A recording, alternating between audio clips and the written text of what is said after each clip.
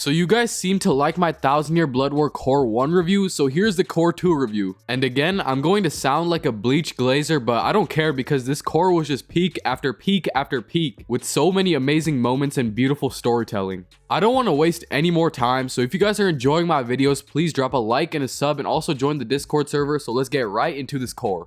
So starting off with the first episode, we got this insane opening scene with a baby to child Yuha. And it looks like this dude was the chosen one since birth because all these hands are just worshipping him. And I really want to know how he was born and raised, and if he was born with Quincy powers or if he acquired them from someone else. But I don't really know, and I just want to know more about the father of the Quincy's. And Ichigo is with Ichibei at the royal palace, and he seems really determined after the whole revelation of the blade is me, which is the best episode in Bleach, by the way. And he wants to return to the Soul Society to defeat Yuha. But Ichibei's like, hold on, are you that eager to die? Because the way you are now, you cannot defeat Yuha. So I'm just here wondering how strong this dude really is, because when you really think about it, ever since he's been introduced, he's been an absolute menace. Literally the first 10 seconds he is on the screen in Cour 1, he is murking his own Quincy's and blowing their heads off. And after that, we just see him decide to completely ravage Hueco Mundo, because why fucking not? And then he just pulls up to the Soul Society, starts a whole war, asks Aizen to join him, and slices the head captain in half, even disrespecting him after death. And now he's planning a second attack on the Soul Society. Like, bro, just let me breathe. This might be a hot take and people might not agree with me for this one, but I'm starting to believe that Yuha was actually a bigger threat to the Soul Society than Aizen was. Especially when you consider the damage that he's done in such a short period of time. I definitely like Aizen more as a villain, but I think Yuha honestly did more damage than him. So Yuha is having a meeting with all of the Quincy's and he allows a certain person to walk on the same stage as him. And he declares that this person will be named his successor, and it's none other than Uryu. I know I didn't talk about Uryu in my Cour 1 review, and this was because I wanted to save it for this Cour. I expected him to make a move after learning that his own race was wreaking havoc on the Soul Society, but it really caught me off guard to see him stand next to the enemy leader like this. And a lot of the Stern Ritter can't accept anybody but Haschwalth as the real successor, so they all basically hate Uryu. And to be fair, he did really come out of nowhere and I can't really blame them. Also, this random dude thought he could get some play with Bombi, but she just murders him for no reason, but he probably enjoyed it and I don't blame him. Uryu drinks Yuha's blood and gains his Schrift A, and we learned the reason he was chosen to be a successor, and it is because he was the only Quincy in history to survive the Ausschwellen, which if I remember correctly is the reason that Ichigo's mom lost her Quincy powers against Grand Fisher. And I didn't believe Uryu when he's like, I severed all my ties to everyone and I'm gonna bury the Soul Society. Like, come on bro, we all know that's cap, and I still think he has to be a double agent or something and he's just trying to find a way to catch Yuha off guard and kill him. And holy shit, Ichigo's fucking ripped. Shunsui also gives Ichigo's friends soul tickets so they can go and visit Ichigo in the Soul Society anytime, because this war could be the last time they ever see him, and Shunsui's just a chill guy, man. And then the whole Sarate gets covered in this blackish red and it turns into this wicked palace. And in episode 2, we learned that the Quincy's actually used Reishi to create space within the shadows of the Sarate, and it is called the Wandenreich. And bro, Haschwalth is already with Shunsui and Nanao. The Quincy's really just spawned in out of nowhere, or you could say that they've always been there, lurking in the shadows. And Mayuri comes in with his master plan, modifying his lab so that no shadows were formed, and he also got the glowy drip on. Toshiro and Rangiku are fighting Bazb, the fire versus ice matchup, and Omaida says he's going to protect his little sister, but if I was a sister, bro, I would run away because no way am I trusting this dude to protect me. And Toshiro says that out of all the captains, his Shikai and Bankai are the ones that are the most similar in power.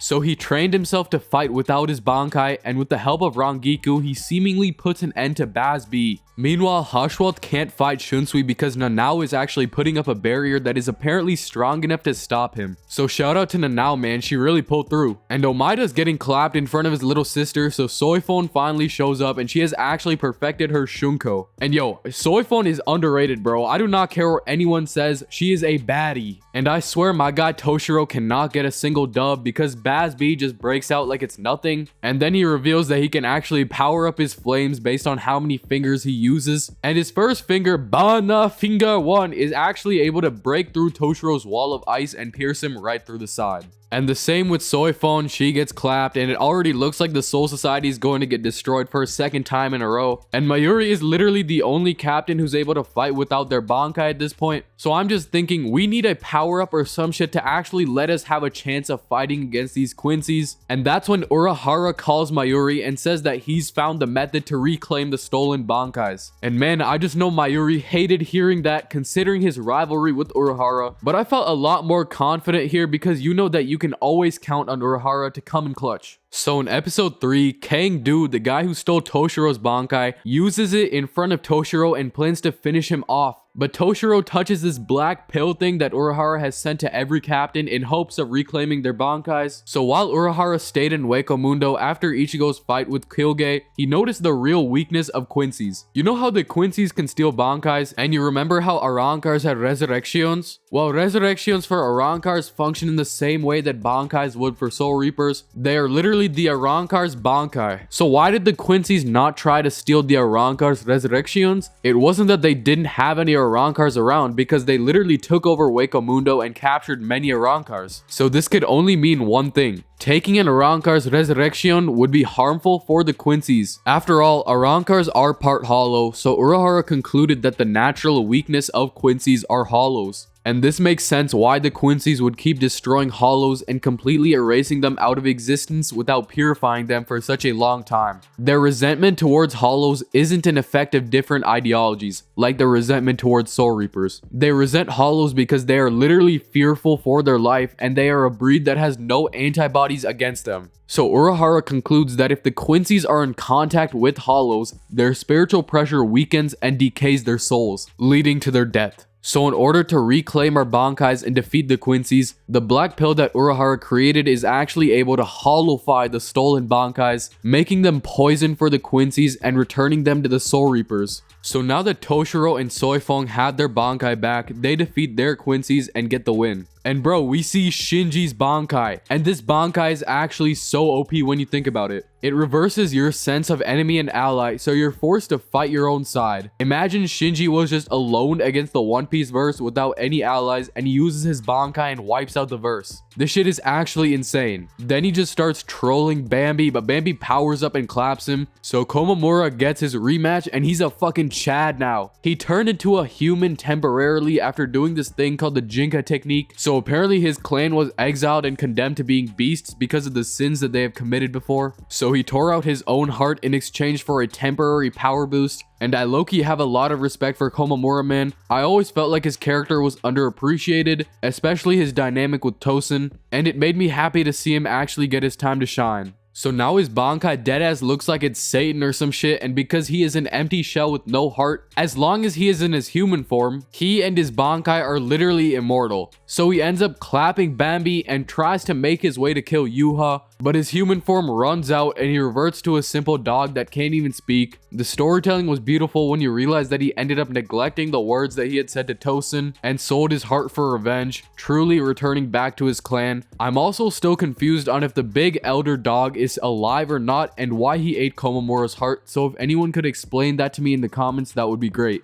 And Bambi gets killed by her own squad. Superhero Quincy is just beating the shit out of everyone until my boy Renji pulls up looking better than ever. Ichibe told him that he actually only knew half of his Bankai's full name. Its real name is Soo Zabimaru, and it changes appearance and he makes quick work of Mask the Masculine. Keep in mind that 2 captains were not able to defeat this dude, so I think it's safe to give Renji his credit and put him at least at captain level, so I am really happy he did get this power up. In the next episode, Ichigo just fucking skydives from the royal palace in his new drip and starts making his way towards the Soul Society after completing his training. And the Sternritter who just lost to Toshiro and Soifon get executed by Haschwalt, which is kinda crazy. And all of their power, knowledge, and experience goes back to Yuha after they die. But more importantly, we get probably my favorite fight or even episode in this core. My favorite Sternritter, as not, is up against Rukia, so she gotta get revenge for her big bro. And I just love Asnot so much, bro. Like, I just love his personality, I love his fear power, I love his backstory, I love his design. Especially when he goes berserk and transforms into something straight out of a horror movie. I just love this design so much, especially because it really reminded me of Okiura Segunda Etapa form with black arms and the teary teary-eye design. And his new power actually enables him to instill fear into Rukia's optic nerves, so he can basically force fear into people, which is crazy. And right when Rukia is about to get fully consumed, Byakuya steps in and he's looking all powered up and calm, but he's not the one who's actually going to defeat As Not. He's leaving it up to his little sister Rukia, and I really love that we were still giving Rukia her time to shine, and she really did get the love she deserved, because after all the time she's been with us since episode 1 of the series, and after this whole journey of Bleach, she has finally acquired a Bankai! The most beautiful Bankai in the whole series, Hakka no Togame.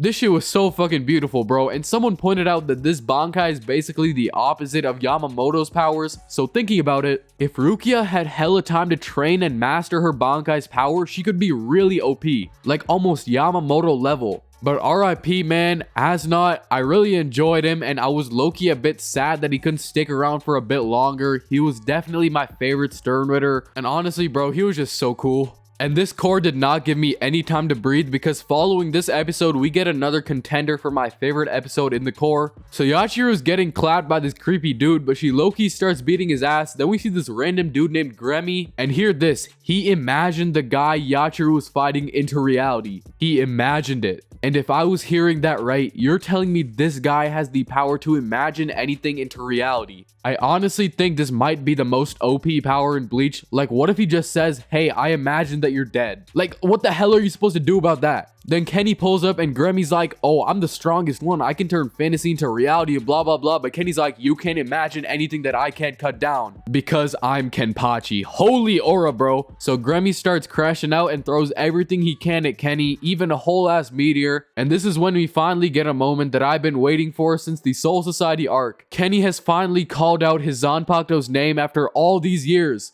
Drink Nozarashi. And he cuts that weak-ass meteor into half and destroys it easily, revealing his Shikai, which reminded me of Ichigo's big-ass Zanpakuto. And this dude Kenny literally cuts through space. How OP is this man? And at this point, Grammy sees Kenpachi as such a monster that he literally can't imagine himself beating him. That is so tough, bro. Imagine having a power to turn fantasy into reality, but you can't even believe in your own story you come up with. So Grammy perishes, and his own body was a product of his imagination as well. He's literally just a brain. This is crazy, man. I love this episode so much, and I really like the fact that they gave an uneducated toddler the power to imagine stuff into reality. It reminds you of what could happen if you give the wrong person power, and how you really need to be educated in order to wield your power correctly. And I just can't imagine what would happen if someone decently smart got this power. Now just imagine Aizen with it. So the next episode, a weakened Kenny gets jumped by the Bambi squad, and Ichigo crashes in from the sky looking like a shooting star, and he just ends up no-diffing all of them, even pulling out a new move called Getsuga Jujisho. So my boy seems like he finally has more of a bag now, and he rushes over to Yuha, but he gets confronted by Uryu.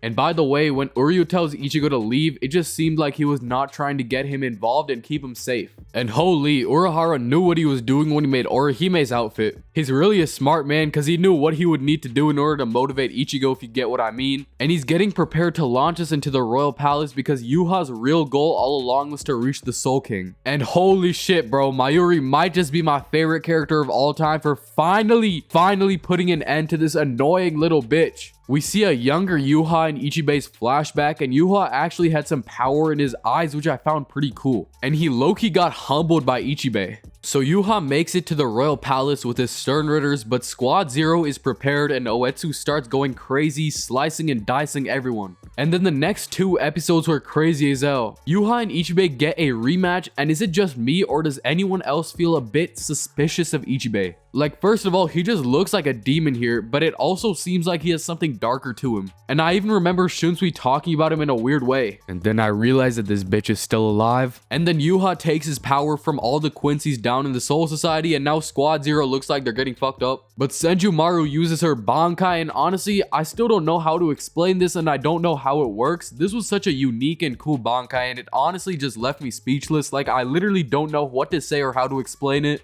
So I'll just say that it was peak. And to conclude this core, Ichigo takes Yuha's name, and bro, it literally looks like he's done and finally down for the count, because Ichigo literally takes his 2 hands and fucking slaps him. But I'm guessing he's not done, and we'll see what happens in core 3. So yeah guys, that is my core 2 review, and overall I think I would honestly rate this core an 8.75 out of 10. I think overall I enjoyed core 1 more, and I would give it a 9.5 out of 10. Like, core 1 was just so peak, bro, and it's really hard to beat it. But this core was still peak as well, and honestly had so many bangers. So if you guys enjoyed the video and the review, please subscribe, drop a like, and join the Discord, and I will definitely be making a core 3 review next. So yeah, be waiting for that, and see you guys later.